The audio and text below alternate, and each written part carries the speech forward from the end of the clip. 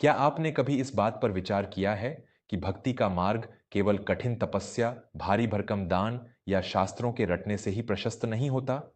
कई बार एक अनजाना भाव, एक अनजानी परिस्थिति और अनजाने में किया गया एक छोटा सा पुण्य भी साक्षात मृत्युंजय महादेव को आपके समक्ष खड़ा कर सकता है। हम अक्सर मंदिरों में जाकर घंटों कतारों में खड़े रहते हैं, लेकिन क्या हमारा मन उस समय स्थिर होता है? आज की यह कथा आपको यह सोचने पर विवश कर देगी कि महादेव केवल सोने चांदी के पात्रों से होने वाले अभिषेक के भूखे नहीं हैं, वे तो उस भक्त के रक्षक हैं जो अनजाने में भी उनके चरणों में अपना सर्वस्व अर्पित कर देता है। वर्ष 2026 की यह महाशिवरात्रि आपके जीवन में एक नई ऊर्जा लेकर आए। इसी मंगल कामना के साथ आज मैं आपको उस पौराणिक और परम रहस्यमयी चमत्कार की ओर ले जा रहा हूं, जिसे सुनकर पत्थर दिल इंसान भी रो पड़ेगा। वर्मा स्टोरीज के सभी आत्मीय श्रोताओं को आपके अपने कथाकार विवेक वर्मा का सप्रेम नमस्कार।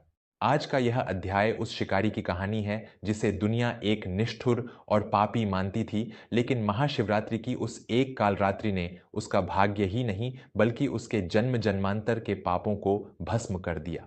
आज की यह कथा न केवल मनोरंजन है बल्कि जीवन का वह परम सत्य है जो हमें सिखाता है कि ईश्वर की कृपा कब और किस रूप में बरस जाए यह कोई नहीं जानता। अपने हृदय को शांत कर लीजिए और मेरी आवाज के साथ चलिए उस प्राचीन और डरावने जंगल की ओर जहां महादेव का सबसे बड़ा चमत्कार घटित हुआ था। प्राचीन समय की बात है।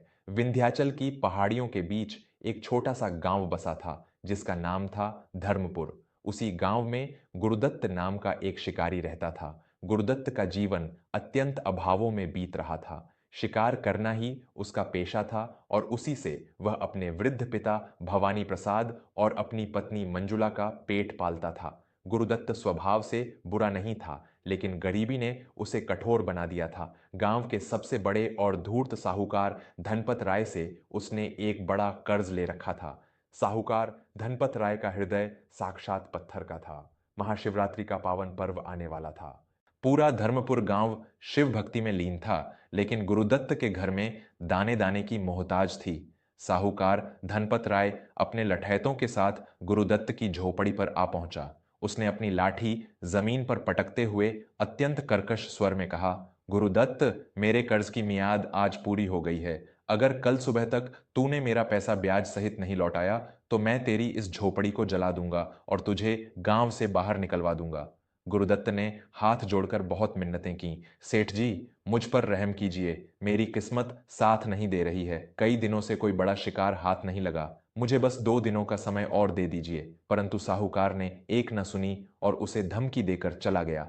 गुरुदत्त अत्यंत निराश हो गया। उसने सोचा कि यदि वह आज रात कोई बड़ा शिकार नहीं पकड़ पाया तो कल उसका परिवार सड़क पर आ जाएगा। भूख और हताशा के बीच गुरुदत्त अपना धनुष बाण लेकर जंगल की ओर निकल पड़ा। उस दिन महाशिवरात्रि थी, लेकिन गुरुदत्त को इसका ज्ञान नहीं था।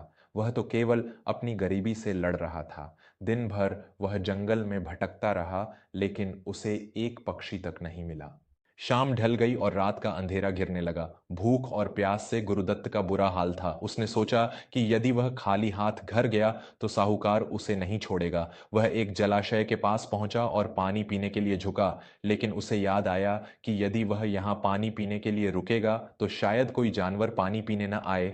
वह चुपचाप पास ही स्थित एक बेल बिल्व के वृक्ष पर चढ़ गया। उसे पता नहीं था कि उस बेल के वृक्ष के नीचे झाड़ियों के बीच एक प्राचीन और गुप्त शिवलिंग स्थापित था जो वर्षों से पत्तों के नीचे दबा हुआ था। रात का प्रथम प्रहर आरंभ हुआ। चारों ओर सन्नाटा था। गुरुदत्त पेड़ पर बैठा शिकार की प्रतीक्षा कर रहा था। तभी वहां एक गर्भवती मृगी हिरणी पानी पीने आई। गुरुदत्त की आंखें चमक उठीं। उसने धनुष पर बाण चढ़ाया। बाण चढ़ाते समय पेड़ की टहनियों की हलचल से कुछ बेलपत्र और गुरुदत्त के शरीर का थोड़ा सा जल जो उसके जलपात्र से छलक गया था अनायास ही नीचे गिरे और सीधे उस गुप्त शिवलिंग पर जा गिरे। अनजाने में ही प्रथम प्रहर की पूजा संपन्न हो गई। जैसे ही गुरुदत्त बाण छोड़ने वाला था, उस मृगी ने ऊपर देखा और मनुष्य की आवाज में कहा, हे शिकारी, तुम मुझे मारकर क्या प्राप्त करोगे?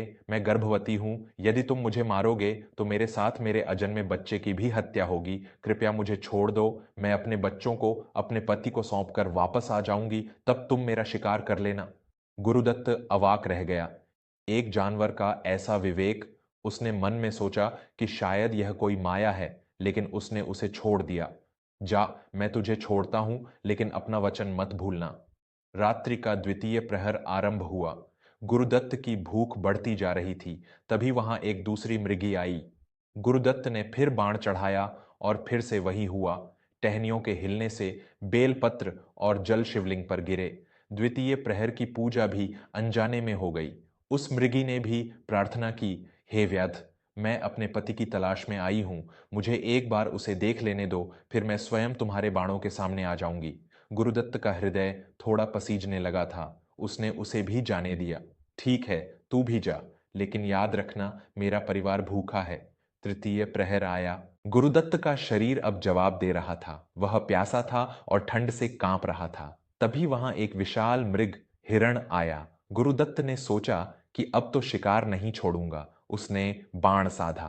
फिर वही अलौकिक घटना हुई। बेलपत्र और गुरुदत्त के पसीने की बूंदें शिवलिंग पर गिरीं। तृतीय प्रहर का अभिषेक पूर्ण हुआ। मृग ने कहा, हे शिकारी, यदि तुमने मेरी दो पत्नियों को छोड़ दिया है तो मुझे भी जाने दो। मैं उन्हें मिलकर वापस आ जाऊंगा। एक पति और पिता के रूप में मेरा कर्तव्य अभी अधूरा है। गुरुदत्त ने उसे भी जाने दिया। उसका मन अब पूरी तरह बदल रहा था। रात्रि का चतुर्थ प्रहर आया। सूर्योदय में कुछ ही समय शेष था। गुरुदत्त ने देखा कि वह पूरा मृग परिवार, मृग, उसकी दोनों पत्नियां और बच्चे एक साथ वहां आ गए। वे सब सत्य के पालन के लिए अपनी जान देने को तैयार थे। गुरुदत्त ने धनुष उठाया, लेकिन उसकी आंखों से आंसुओं की धारा बह निकली। उसने देखा कि ये मूक प्राणी अपने वचन के कितने पक्के हैं और वह इंसान होकर केवल हत्या के बारे में सोच रहा है। गुरुदत्त ने अपना धनुष नीचे पटक दिया और बोला, धिक्कार है मुझ पर। इन बेजुबान जानवरों में इतनी दया और सत्यता है, और मैं अपने स्वार्थ के लिए इनका वध करने चला था। मुझे साहूकार का धन नहीं चाहिए, मुझे तो केवल शांति चाहिए। जैसे ही गुरुदत्त ने शिकार का त्याग किया और पश्चाताप में डूबा, अचानक उस बेल के वृक्ष के नीचे से एक अत्यंत तीव्र और अलौकिक प्रकाश उत्पन्न हुआ। पूरी घाटी डमरू की ध्वनि से गूंज उठी। गुरुदत्त ने देखा कि साक्षात महादेव अपने दिव्य रूप में वहां प्रकट हो गए हैं। उनके मस्तक पर चंद्रमा और गले में सर्पों की माला सुशोभित थी। शिवजी ने अत्यंत मधुर और गंभीर स्वर में कहा, वत्स गुरुदत्त, उठो। तुमने अनजाने में ही सही, लेकिन महाशिवरात्रि के चारों प्रहरों का पूर्ण विधि विधान से पूजन और अभिषेक किया है। तुमने भूखे और प्यासे रहकर जागरण किया और अंत में दया और करुणा का परिचय देकर अपना सबसे बड़ा अहंकार और शिकार का त्याग किया। मैं तुम्हारी इस सहज भक्ति से अत्यंत प्रसन्न हूं। गुरुदत्त महादेव के चरणों में गिर पड़ा। प्रभु, मैं तो पापी हूं। मैंने तो केवल शिकार के लिए यह सब किया। मुझे क्षमा करें। महादेव ने उसे उठाया और कहा, कर्मों का फल केवल नियत से नहीं बल्कि समर्पण से भी बदल जाता है। तुमने आज अपने भीतर के पशु का वध किया है। आज से तुम्हारी दरिद्रता समाप्त होती है और तुम्हें साक्षात शिवलोक में स्थान प्राप्त होगा। महादेव ने अपना त्रिशूल घुमाया और देखते ही देखते गुरुदत्त की झोपड़ी एक सुंदर महल में बदल गई। उसके खेतों में स्वर्ण जैसी फसलें लहलहाने लगीं। वह मृग परिवार भी मुक्त होकर दिव्य लोकों को चला गया। अगली सुबह जब साहूकार धनपत राय गुरुदत्त के घर पहुंचा तो वह वैभव देखकर अवाक रह गया। गुरुदत्त ने साहूकार का सारा कर्ज चुकता कर दिया और अपना शेष जीवन केवल शिव भक्ति और समाज सेवा में व्यतीत किया। श्रोताओं, यह कथा हमें सिखाती है कि महादेव भोलेनाथ क्यों कहलाते हैं। वे केवल मंत्रों के शुद्ध उच्चारण के भूखे नहीं हैं, वे तो उस भाव के भूखे हैं जो एक शिकारी के हृदय को भी भक्त बना देता है। यदि आप भी इस महाशिवरात्रि पर पूरी श्रद्धा से महादेव के चरणों में एक बेलपत्र भी अर्पित करते हैं तो वे आपकी पुकार अवश्य सुनेंगे। कैसी लगी आपको महाशिवरात्रि के इस अलौकिक चमत्कार की यह कहानी? मैं आपका दोस्त विवेक वर्मा।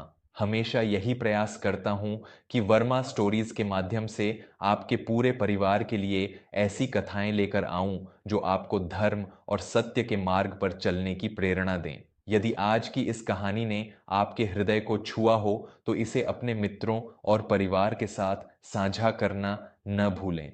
ऐसी ही और भी ऐतिहासिक और धार्मिक कहानियों के लिए हमारे साथ जुड़े रहें। अपना और अपने परिवार का बहुत ख्याल रखें। धन्यवाद।